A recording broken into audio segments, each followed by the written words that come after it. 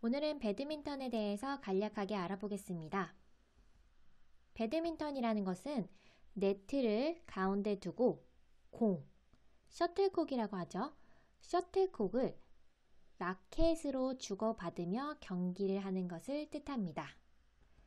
배드민턴장, 경기장은 우리 주위에서 많이 볼 수 있는데요. 사진은 올림픽공원에 있는 배드민턴 경기장입니다. 네트는 없지만 이렇게 바닥에 경기장 모양이 있습니다. 공원이나 산, 약수터 근처에는 이런 경기장을 많이 볼 수가 있죠. 남녀노소, 남자건 여자건, 나이가 있건 적건 많이 즐길 수 있는 대중적인 운동입니다. 먼저 배드민턴 장비에 대해서 소개해 보겠습니다.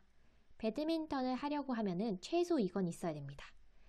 라켓, 셔틀콕입니다. 먼저 라켓에 대해서 알아보겠습니다. 배드민턴 라켓은 여러분이 많이 봤을 거예요. 배드민턴 채라고 하죠. 아래 손잡이, 요거를 잡고 이 채, 머리 부분을 이용해서 셔틀콕을 치면 됩니다. 두 번째, 셔틀콕에 대해서 알아봅시다. 셔틀콕이라는 것은 오른쪽을 보면 둥근 코르크, 왼쪽 아래를 볼게요. 이런 코르크에 깃털 16개를 꽂아 만듭니다. 셔틀콕에 사용되는 이 깃털은 어떤 동물의 깃털을 사용할까요? 흰색인데 거위털을 사용합니다. 이 거위털 16개를 마련하기 위해서는 거위 3마리가 필요하다고 해요. 각각 깃털의 모양이 다르기 때문에 최고급 셔틀콕을 만들기 위해서는 보통 한 3마리 정도 필요하다고 합니다. 그리고 조금 무섭지만은 죽은 거위 깃털은 좀 잘 안 되기 때문에 살아있는 거위 깃털을 사용한다고 합니다. 이렇게 뽑아서요.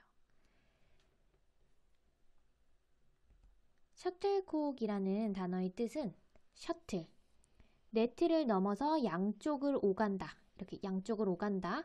어떤 생각을 하면 되냐면 여러분 학원 같은데 아니면 유치원 갈 때 셔틀버스 있잖아요. 여러분이 여기서부터 여기까지 왔다 갔다 데려다 주잖아요. 그 셔틀, 그 다음에 콕이라는 것은 수탉, 수탉의 꼬리를 닮았다고 해서 셔틀콕이라는 이름을 가지게 되었습니다. 이 셔틀콕은 아주 가벼워요. 여러분도 들어봤겠지만은 무게가 4에서 5g 정도입니다. 선생님이 사용하는 안약 이 5개 되게 가볍잖아요. 이 5개가 7g이었는데 이거보다 조금 더 가벼운 것이 셔틀콕입니다. 셔틀콕은 깃털이 이제 자주 상하게 되니까 빨리빨리 이제 바꿔줘야 되는데 그런 것들을 좀 덜 바꾸기 위해서 이렇게 오른쪽 그림처럼 플라스틱으로 된 셔틀콕을 사용하기도 합니다. 배드민턴 경기 방법은 인원에 따라서 좀 다른데 1대1 한 명과 한 명이 경기를 하면은 여러분 알아두세요. 단식 경기라고 부릅니다. 2대2는 복식 경기라고 부릅니다. 단식 남자끼리 하는 때도 있고 여자끼리만 하는 때도 있고 2대2는 남자 2명, 남자 2명, 여자 2명, 여자 2명 아니면 남자 1명, 여자 1명 남자 1명, 여자 1명 이렇게 2명이 팀을 이뤄서 하는 경우도 있습니다. 단식이냐 복식이냐에 따라서 사용하는 경기장의 크기가 달라지는데 이건 이따가 설명할게요. 경기 진행을 어떻게 하냐? 네트형 경쟁에서는 선생님이 이 세트라는 단어를 기억하라고 했었잖아요. 배드민턴은 3세트로 진행됩니다. 몇 세트를 먼저 이겨야 승리할 수 있을까요? 바로 3세트 중에 2세트를 먼저 이기면 승리합니다. 배드민턴은 한 세트가 21점입니다. 배구는 한 세트가 25점인데 배드민턴은 21점. 그런데 만약에 20대 20으로 동점, 1점 앞두고 동점이면은 이걸 어떤 상황이라고 했을까요?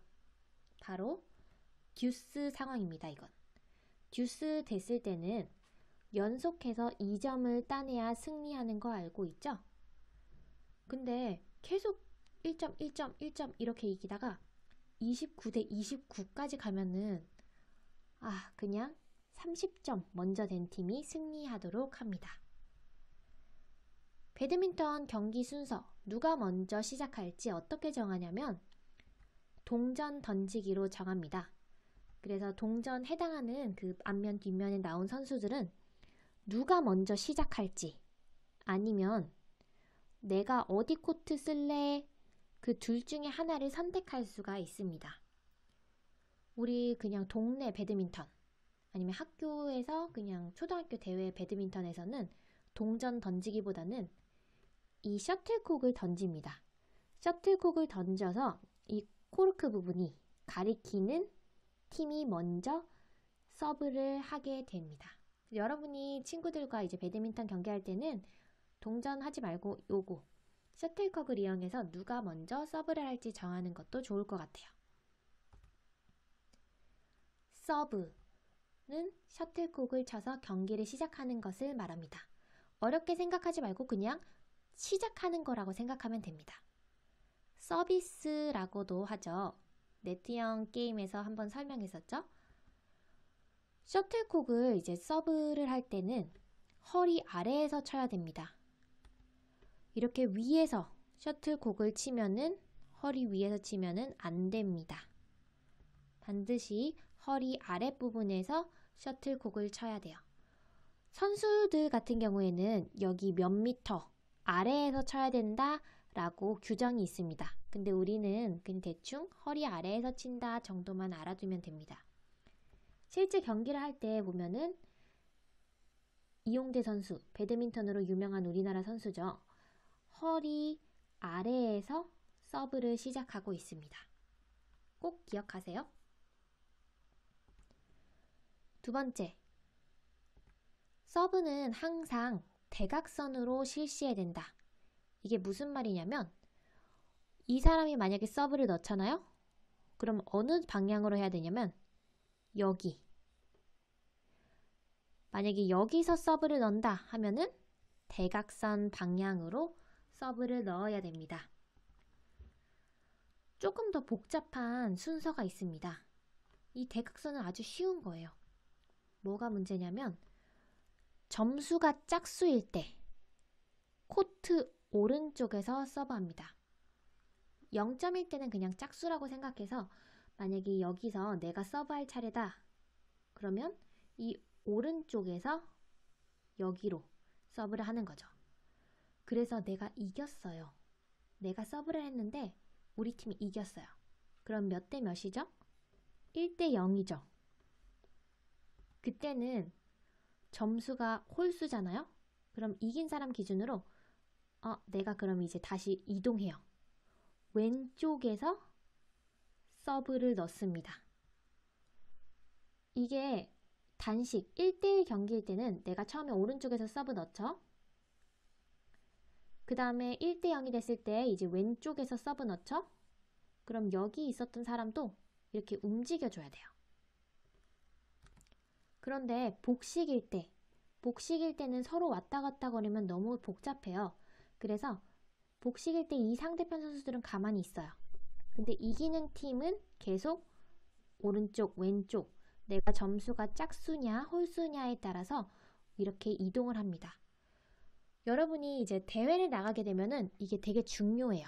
그런데 대회에 나가지 않고 친구들이나 가족 이렇게 경기를 할 때는 그냥 대각선으로 가는 것만 지켜주면 될 것 같습니다. 그 다음에 서브 구역을 잘 지키는 것도 중요합니다. 서브 구역 지키는 거 얘기하기 전에 먼저 경기장에 대해서 살펴볼게요. 아까 단식이랑 복식 1대1이냐 2대2냐에 따라서 경기장 사용하는 그 크기가 다르다고 했잖아요. 일단 1대1일 때 안 쓰는 부분이 어딘지 보세요. 여기 안 써요. 세로로 길게 끝까지 씁니다. 여기 이거는 안 쓰죠. 복식일 때는 두 명이잖아요. 그냥 다 쓴다고 생각하면 됩니다. 쉽죠? 단식일 때는 요렇게, 복식일 때는 이렇게. 한꺼번에 비교하면은 이런 식으로 차이가 있습니다.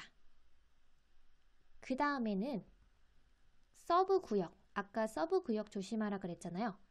단식 경기일 때는 내가 여기에서 어디로 서브를 넣어야 되죠? 네, 대각선입니다. 대각선인데 이 구역 사이에 셔틀콕이 들어가야 내가 서브를 잘 한 겁니다. 만약에 여기 이 라인을 넘지 못하고 여기에 셔틀콕이 떨어졌다 이러면 내가 지는 거예요. 상대방이 1점 플러스입니다. 내가 여기 셔틀콕이 떨어졌다. 여기는 경기하는 구역이 아니에요. 그래서 여기도 안 됩니다. 꼭 이 노란색 안에 셔틀콕이 들어가게 서브를 해야 됩니다. 복식은 어떨까요? 복식도 조금 특이한 점이 있습니다. 아까 복식은 경기장 전체를 사용했는데 서브 같은 경우에는 여기 끝까지 아니에요. 여기까지입니다. 그리고 여기 사용하죠. 만약에 내가 여기서 서브를 넣는다. 그러면 여기 떨어지면 안 됩니다. 여기 떨어지면 안 됩니다. 여기는 괜찮아요. 같이 비교해 볼게요. 단식은 저 끝까지, 경기장 끝까지 가는 거고, 복식은 끝까지 가면은 안 돼요. 옆으로 쭉 뻗어나가야 합니다. 이 차이는 여러분이 꼭 기억해 뒀으면 좋겠습니다. 배드민턴 경기장은 왼쪽 그림처럼 공원에 여러 군데 있고 약수터에도 있습니다. 그리고 우리 체육관 같은 데 보면은 이렇게 배드민턴 라인이 여러분이 보일 거예요. 근데 국제 경기나 이제 정식 경기에서는 실내 경기장에서만 진행합니다. 여러분이 이제 나중에 셔틀콕을 들고 나가서 경기를 하려고 하다 보면은 알 거예요. 바깥에서 하게 되면은 바람이 많이 부는 날은 셔틀콕이 막 휘청휘청거리고 그래서 실내에서 하는 것이 더 좋은 스포츠입니다. 랠리라는 것도 여러분이 기억을 해두면 좋아요. 왜냐하면 계속 얘기가 나오거든요. 랠리는 한 번 이상으로 연속으로 셔틀콕을 주고받는 상황입니다. 쉬운 거예요. 그냥 왔다 갔다, 왔다리 갔다리 계속 한다. 그러면 아, 이건 랠리구나 라고 생각하면 됩니다. 왔다 갔다 랠리다. 이 왔다 갔다가 축축축축 잘 됐을 때 랠리가 좀 잘 되는 상황에서 경기를 보는 사람은 너무 재밌게 볼 수 있어요. 그리고 하는 사람도 좀 재미있게 할 수 있죠. 왔다 갔다 축축축 이거 하는 거는 랠리라고 합니다. 스매시. 여러분 등짝 스매시 이런 거 들어봤어요? 스매시라는 것은 확 때리는 거를 말해요. 배드민턴에서 공격 기술. 높이 날아오는 이렇게 셔틀콕이 이렇게 높이 날아오면은 이것을 팍 이렇게 상대 코트 바닥에 강하게 떨어지도록 하는 기술입니다. 배구의 꼭 스파이크 비슷한 느낌인데 스매시. 선생님은 그 등짝 스매싱을 기억하면은 조금 칠 때도 그렇고 기억할 때도 쉬울 것 같아요. 어떻게 해야 배드민턴에서 점수를 얻을까요? 상대방이 이런 실수를 했을 때입니다. 상대방이 셔틀콕을 치지 못했을 때, 그래서 바닥에 툭 떨어졌을 때 내가 점수를 얻어요. 또 상대방이 친 셔틀콕이 네트에 걸려서 못 넘어갔어요. 그러면은 내가 점수 얻거나 코트 바깥에 떨어졌을 때 상대방이 이렇게 단식 경기를 하고 있는데 셔틀콕이 슉 날라왔는데 여기 떨어졌어요. 셔틀콕이. 그럼 내가 칠 필요도 없죠. 이거는 상대방이 실수했으니까 내가 점수를 얻습니다. 반대로 이제 복식 경기를 하는데 여기에서 턱 했는데 또 아웃이에요. 그러면 상대가 이런 실수를 하면 내가 점수를 얻습니다. 라켓이 네트에 탁 닿았을 때도 상대 실수가 내 점수를 올려주는 역할을 하고 셔틀콕을 2번 이상 쳤을 때, 그때도 내 점수가 올라갑니다. 상대방이 서브를 실패했어요. 이상한 데로 보내거나 아니면 네트를 못 넘었어요. 그러면 또 내가 점수를 얻습니다. 점수를 얻는 것도 동시에 내가 서브를 할 수도 있어요. 내가 서브할 수 있는 권리도 얻게 됩니다. 배드민턴은 학교에서 꽤 많이 하는 운동입니다. 방과 후 학교에서도 하고 토요 배드민턴 하는 학교도 있고 여러 학교에서 많이 해요. 왜냐하면 학교에서는 실내 체육관도 있고 네트도 있기 때문입니다. 근데 라켓 사용이 익숙하지 않아서 처음 배드민턴을 접하는 친구들은 경기를 바로 하지 못하고 그냥 혼자서 계속 연습을 해야 돼서 처음엔 힘들 수도 있어요. 이런 힘듦을 이겨내기 위해서 패드민턴이란 것도 있습니다. 탁구랑 배드민턴을 합친 건데 오른쪽 아래 그림처럼 탁구채처럼 라켓 길이가 짧습니다.